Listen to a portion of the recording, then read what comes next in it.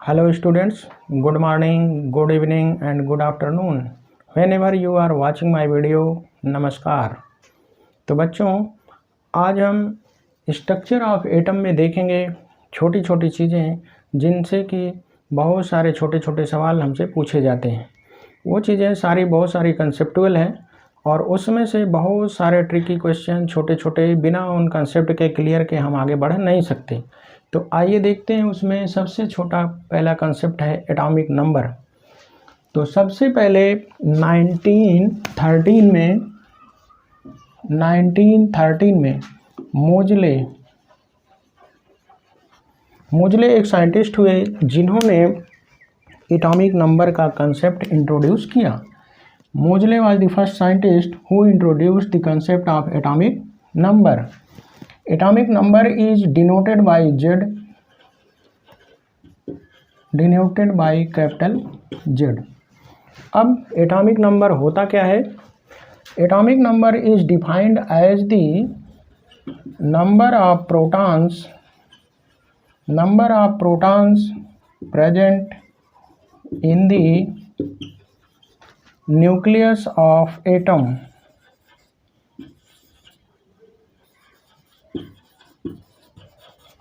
किसी भी एटम के न्यूक्लियस में पाए जाने वाले नंबर ऑफ प्रोटॉन को ही हम उस एटम का एटॉमिक नंबर कहते हैं। हमने आपको बताया था एटम का ये है न्यूक्लियस और इसमें होते हैं न्यूट्रॉन प्लस प्रोटॉन और इसके बाहर यहाँ पर एक्स्ट्रा न्यूक्लियर स्पेस में होते हैं इलेक्ट्रॉन। तो किसी भी एटम के न्यूक्लियस के अंदर जितने प्रोटॉन होते हैं उसी को हम एटॉमिक नंबर कहते हैं। तो atomic number equal to number of protons. और किसी भी एटम के अंदर जितने प्रोटॉन होते हैं उतने ही इलेक्ट्रॉन पाए जाते हैं, क्योंकि एज ए होल कोई भी एटम इलेक्ट्रिकली न्यूट्रल होता है। तो हम इसको लिख सकते हैं this will be equal to number of electrons in an isolated atom. तो किसी भी एटम में जितने प्रोटॉन होते हैं वही उसका एटॉमिक नंबर होता है। और नॉर्मल कंडीशन में किसी भी एटम के अंदर जितने प्रोटॉन होते हैं इलेक्ट्रिकल न्यूट्रलिटी को मेंटेन करने के लिए उतने ही इलेक्ट्रॉन पाए जाते हैं। अब इसके बाद हमें पढ़ना है मास नंबर। सेकंड कॉन्सेप्ट है बच्चों मास नंबर। इसको हम डिनोट करते हैं कैपिटल ए से। मास नंबर क्या है? किसी भी एटम के न्यूक्लियस में जितने न्यूट्रॉन होते हैं और जितने प्रोटॉन होते हैं उनके सम को हम बोलते हैं मास नंबर। तो mass number is equal to number of neutron plus number of proton. तो total number of neutron plus total number of proton is equal to mass number of an atom. तो इसको denote किया जाता है capital A से और ये हमेशा होल नंबर होता है। This is always whole number. Atomic number भी हमेशा होल नंबर होता है। होल नंबर का मतलब फ्रैक्शन में नहीं होता। अब आगे है बच्चों representation of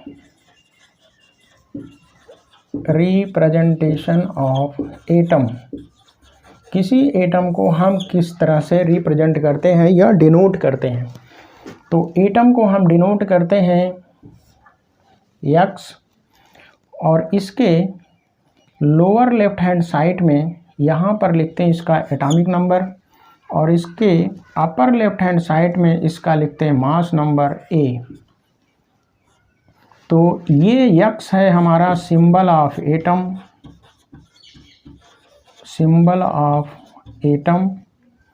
Z is atomic number and A is mass number. तो एटम को हम इस तरह से रिप्रेजेंट करते हैं x Z A. This is atomic number, this is mass number and x is symbol of atom. Suppose करिए हमें सोडियम एटम लिखना है, सोडियम एटम, तो ऑलरेडी हम सिंबल एटम के पढ़ चुके हैं। तो सोडियम का सिंबल होता है Na, इसका एटॉमिक नंबर होता है 11, Z इक्वल टू Z, और मास नंबर होता है 23 इक्वल टू A। तो इसको हमें लिखना होगा, तो हम इस तरह से लिखेंगे sodium 11 23। This is the representation of sodium atom. तो किसी भी एटम को हम इस तरह से रिप्रेजेंट करते हैं। तो बच्चों अभी तक हमने देखा किसी एटम को रिप्रेजेंट करने के लिए इस तरह से हम रिप्रेजेंट करते हैं। जेड को बोलते हैं एटॉमिक नंबर, तो Z will be equal to number of proton, और प्रोटॉन ही इक्वल होते हैं नंबर ऑफ इलेक्ट्रॉन के। तो किसी भी एटम के अंदर जितने प्रोटॉन होते हैं उतने इलेक्ट्रॉन होते हैं, और वही बराबर होता है हमारा एटॉमिक नंबर। अब हम मास नंबर की बात जरा कर लेते हैं। Mass number is equal to number of proton plus number of neutron plus number of proton. अब यहाँ से अगर कोई कहे कि हम न्यूट्रॉन नंबर कैसे निकालेंगे, तो number of neutrons will be equal to mass number minus proton number, या हम mass number minus electron number भी निकाल लेंगे तो भी हमें नंबर ऑफ न्यूट्रॉन मिल जाएगा, क्योंकि न्यूट्रल एटम में प्रोटॉन की संख्या इलेक्ट्रॉन के बराबर होती है। तो इस तरह से हम क्वेश्चन सॉल्व करते हैं। सपोज करिए हमारे पास एक क्वेश्चन है सोडियम 1123, और इसमें पूछता है find out the number of proton, electron and neutron. तो पहला है proton, proton will be equal to atomic number, this will be 11। Electron, electron is equal to number of proton, this also will be equal to 11। अब हमसे पूछ रहा है neutron, तो हम जानते हैं mass number equal to number of neutron plus number of proton. तो neutron number will be equal to A minus P। A here is 23, 23 minus 11, this will be equal to 12। तो proton is 11, electron is 11 and neutron is 12। इस तरह से हम question solve करते हैं। मान लीजिए हमारे पास दूसरा एग्जांपल है Mg1224। इसमें अगर पूछा जाए find out the number of proton, electron and neutron. तो यहाँ पर जो Z है बच्चों, ये है एटॉमिक नंबर, और यही बराबर होता है प्रोटॉन नंबर। तो proton will be equal to 12। जितने प्रोटॉन होते हैं उतने ही इलेक्ट्रॉन होते हैं, E will be equal to 12। और neutron will be equal to mass number minus proton number, तो this will be 24 minus 12 will be equal to 12। तो neutron also will be equal to 12। तो संयोग की बात है, इसमें देखिए प्रोटॉन, इलेक्ट्रॉन, न्यूट्रॉन सभी 12, 12 एंड 12। तो बच्चों अब इसके बाद हमें पढ़ना है, बहुत ही इम्पोर्टेंट टॉपिक है आइसोटोप। आइसोटोप्स, आइसोटोप्स कहते किसे हैं? Atoms having same atomic numbers but different mass numbers. Atoms having same atomic numbers but different mass numbers are known as isotopes of an atom. Atoms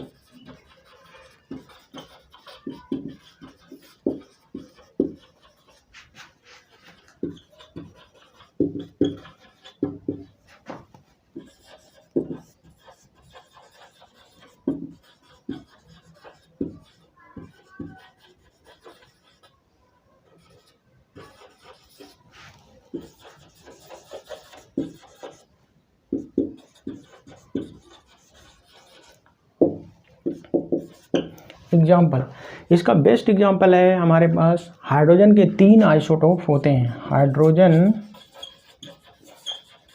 के 3 isotope होते हैं, इन्हें denote किया जाता है 1H2 एंड 1H3।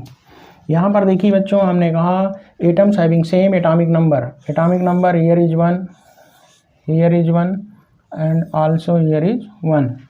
तो atomic number सबका same है, लेकिन जरा मास नंबर देखिए, यहाँ 1 है, यहाँ 2 है, यहाँ 3 है। तो mass numbers are different but atomic numbers are same.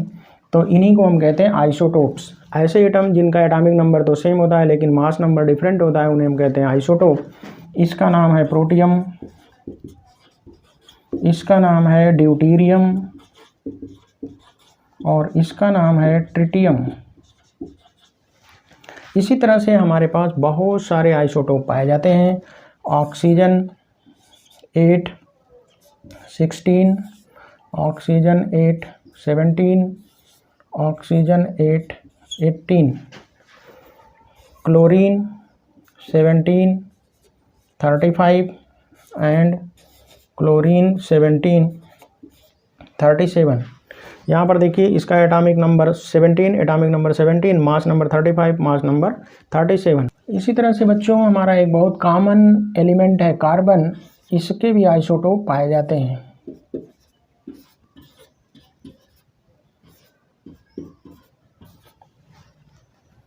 और हमारा एक इनर्ट गैस है नियॉन 10, इसका एटॉमिक नंबर 10 होता है और मास नंबर 20, 21 एंड 22। बच्चों अब हमें देखना है कैरेक्टरिस्टिक्स ऑफ आइसोटोप्स। तो इसमें पहला पॉइंट है एटॉमिक नंबर सेम, दूसरा मास नंबर इज डिफरेंट, तीसरा chemical properties is are same. किसी भी एलिमेंट के जितने आइसोटोप होते हैं सबकी केमिकल प्रॉपर्टीज सेम होती हैं। जैसे 1H1, 1H2 एंड 1H3, इन सब की केमिकल प्रॉपर्टीज सेम होंगी। क्यों? क्योंकि इनका एटॉमिक नंबर सेम है। एटॉमिक नंबर सेम होने से नंबर ऑफ इलेक्ट्रॉन जो है ये सेम है। तो किसी भी एलिमेंट की chemical property number of electron से या इलेक्ट्रॉनिक कॉन्फ़िगरेशन पर डिपेंड करती है। तो नंबर ऑफ प्रोटॉन सेम है इसलिए नंबर ऑफ इलेक्ट्रॉन सेम है, इसलिए केमिकल प्रॉपर्टीज सेम होती हैं। Number 4 physical properties.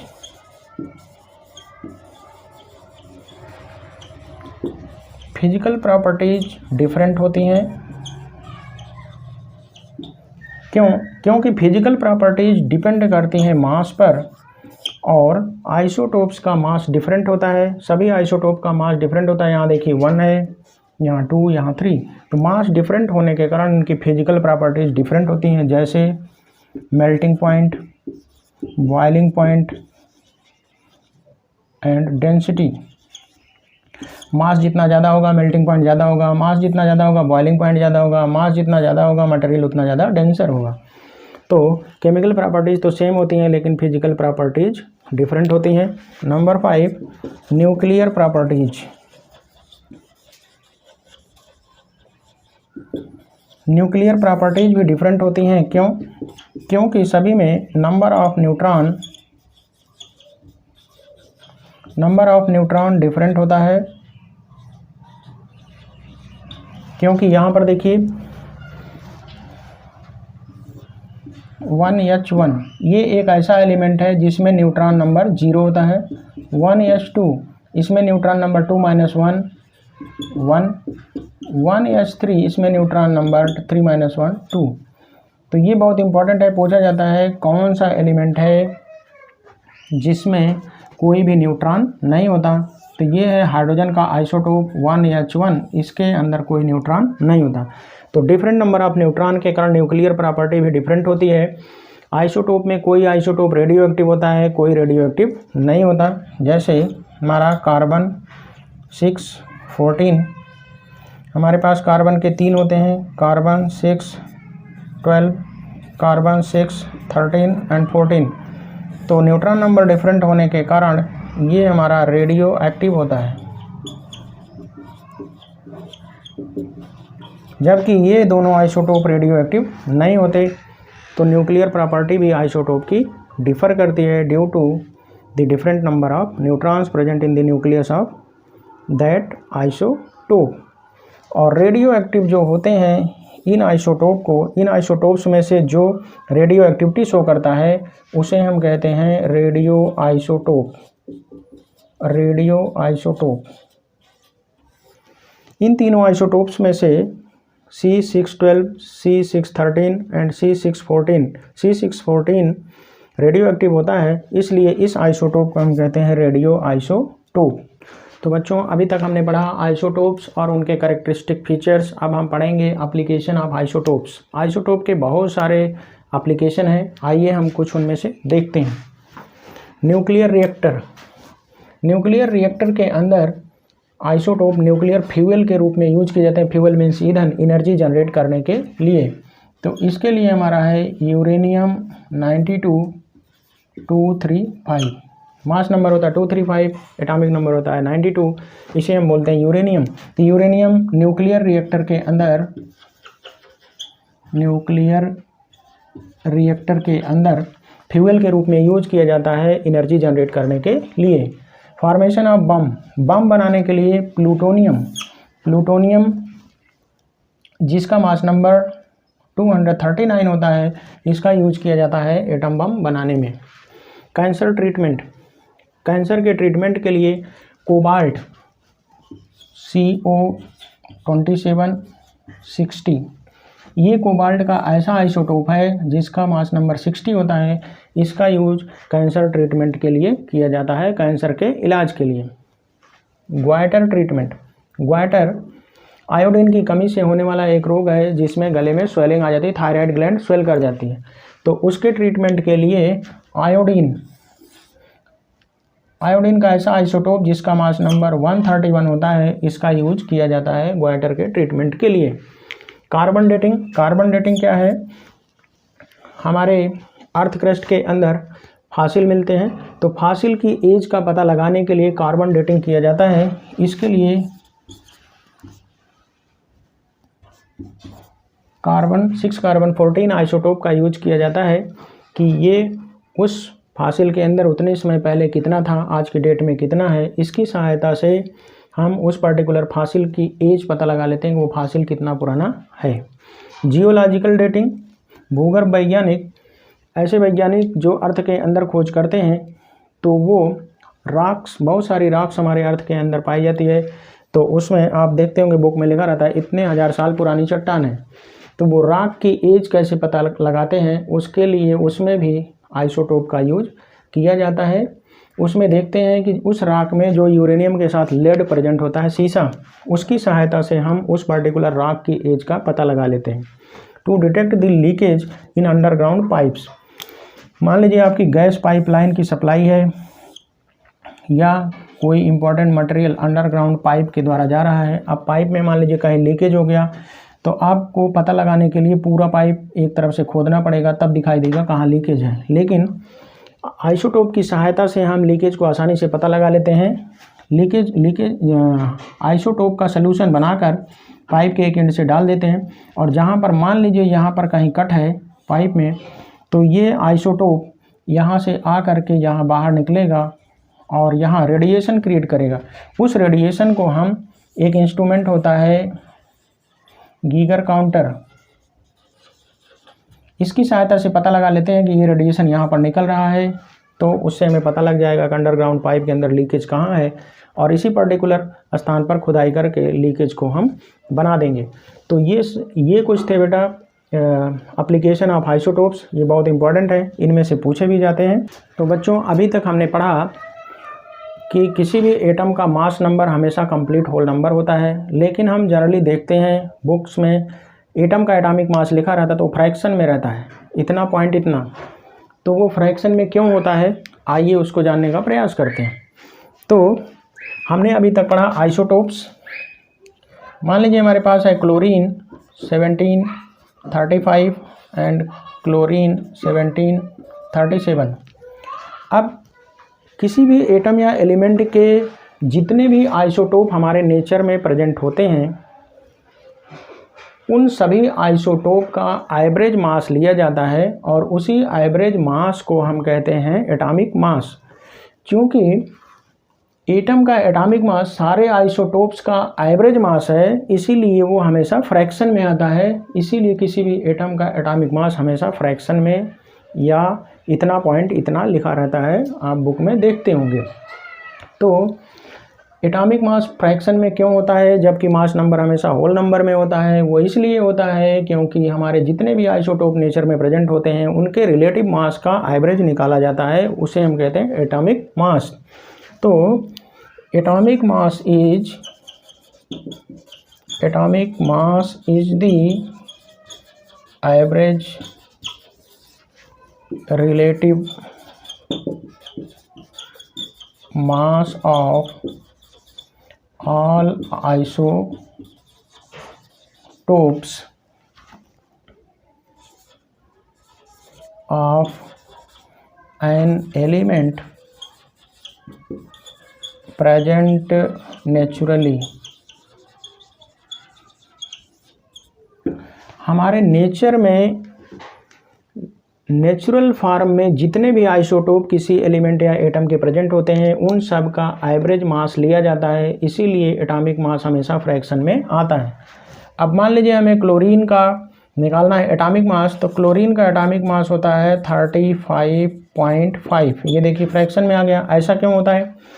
तो हमारे नेचर में जो क्लोरीन पाया जाता है उसमें क्लोरीन 35 मास नंबर वाला भी होता है, 37 मास नंबर वाला भी होता है। तो अब मान लीजिए हमारे पास इतना बड़ा क्लोरीन लिया हमने, तो इसमें क्लोरीन 35 भी है और क्लोरीन 37 भी है। अब हमें एटॉमिक मास लिखना है, तो हम ना ये लिख सकते ना ये, तो हम दोनों का एवरेज लेते हैं। एवरेज लेने के लिए हमें चाहिए होता है इनका परसेंटेज। तो इतने बड़े होल में, इतने बड़े होल मटेरियल में कुछ परसेंटेज में ये होगा, कुछ परसेंटेज में ये होगा। तो ज़्यादा परसेंटेज में हमारे नेचर में 35 वाला पाया जाता है 75%, और ये होता है 25%। तो हम एवरेज एटॉमिक मास कैसे निकालते हैं? Average atomic mass equal to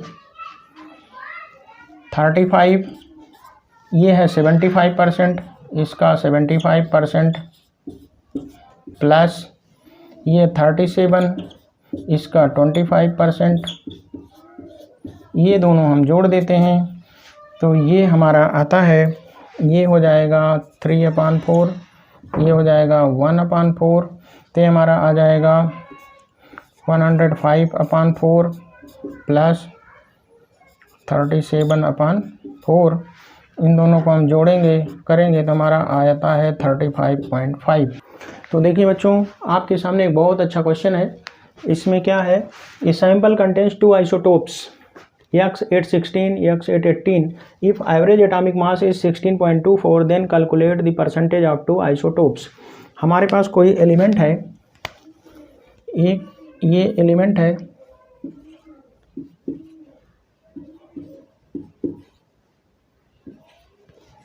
ये देखिए इसका मास नंबर है 16, इसका मास नंबर है 18। जब इनका एवरेज निकाला गया तो आता है 16.24, ये है एटॉमिक मास। तो कह रहा है अगर कोई सैंपल है जिसमें ये मौजूद है तो इनका परसेंटेज बताइए कितने परसेंट में ये मौजूद होंगे कि इनका एटॉमिक मास इतना आ रहा है। तो हम सॉल्व कैसे करेंगे? हम इन दोनों में से किसी का भी मान लेंगे कि परसेंटेज स्मॉल x है। Suppose percentage of first isotope is small x in given sample. तो अगर फर्स्ट का स्मॉल x हो गया तो सेकंड का 100 माइनस x होगा, क्योंकि परसेंटेज टोटल परसेंटेज का सम, जैसे हमने क्लोरीन में बताया 75 25, तो टोटल परसेंटेज का सम 100 ही होगा। तो अगर हमने इसको 1 मान लें, इसको 2, आइसोटोप 1 का x मान लिया, तो आइसोटोप 2 का परसेंटेज क्या होगा, सेकंड का होगा 100 माइनस x। अब इसी को हम फार्मूले में लगा देते हैं। हमने एवरेज एटॉमिक मास कैसे निकाला था, एवरेज एटॉमिक मास हमें दिया है will be equal to mass number of first into इसका परसेंटेज, x हमने माना x upon 100 plus mass number of second isotope 18 into इसका परसेंटेज 100 माइनस x अपान 100। अब देखिए हम इसको कैसे सॉल्व करेंगे। ये हो गया हमारा 16 x upon 100 plus 1800 minus 18x अपान 100। अब हम यहाँ 100 कॉमन ले लेंगे, तो ये हमारा हो जाएगा 16x प्लस 1800 माइनस 18x अपान 100 को हम इधर लाएंगे, तो ये हमारा हो जाएगा 16.24 into 100 equal to 16x plus 1800 minus 18x। यहाँ देखिए 16x माइनस 18x, तो ये हमारा बनेगा 1800 माइनस 2x। अब ये हमारा हो जाएगा 1624 will be equal to 1800 minus 2x। 2x को हम इधर लाएंगे यहाँ, तो 2x will be equal to, इसको इधर लाएंगे 1800 माइनस 1624। तो बच्चों x will be equal to 88%। अब हमने x माना था किसका, आइसोटोप नंबर 1, तो percentage of isotope 16.8 will be equal to 88%। तो फर्स्ट का 88 हो गया, तो सेकंड का कितना होगा 100 माइनस 88, तो percentage of x 18 will be equal to 12%। तो इस तरह से हम कैलकुलेट कर लेते हैं। तो बच्चों अब हम पढ़ेंगे आइसोबार। तो isobars are atoms which have same mass numbers but different atomic numbers. तो ऐसे एटम जिनका मास नंबर तो सेम होता है लेकिन एटॉमिक नंबर डिफरेंट होता है, उन्हें हम कहते हैं आइसोबार्स। जैसे